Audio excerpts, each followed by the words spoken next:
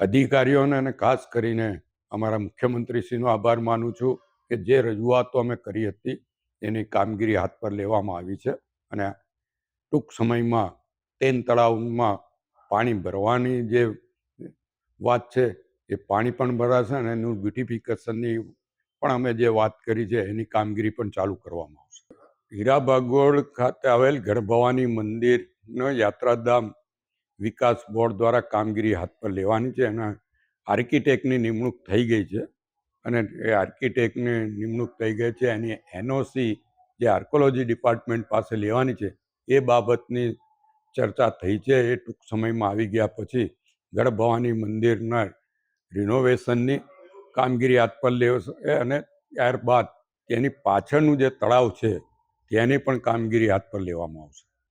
સિતરાઈ તળાવની કામગીરી ચાલી રહી છે.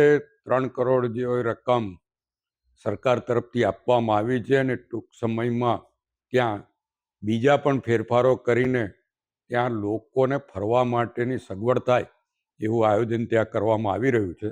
એ નગરપાલિકા દ્વારા એની પર સુપરવિઝન કરવામાં આવે છે. ટૂંક સમયમાં એ કામગીરી પૂર્ણ પણ થશે અને એનું લોકાર્પણ પણ કરવામાં આવશે. જે વિકાસના કામો હોય એ ડીલે થતા હતા, અટકી રહ્યા, એટલે જે રજૂઆતો થઈ હોય એ ઘણા સમયથી એ ડીલે કામો થતા હતા એટલા માટે અમે રજૂઆત કરી હતી. પણ અમને આનંદ છે કે કામગીરીની શરૂઆતો થઈ ગઈ છે અને ટૂંક સમયમાં તમામ અમે સૂચવેલા કામો હાથ પર લેવામાં આવશે અને પૂર્ણ પણ થશે અને લોકાર્પણ પણ થશે.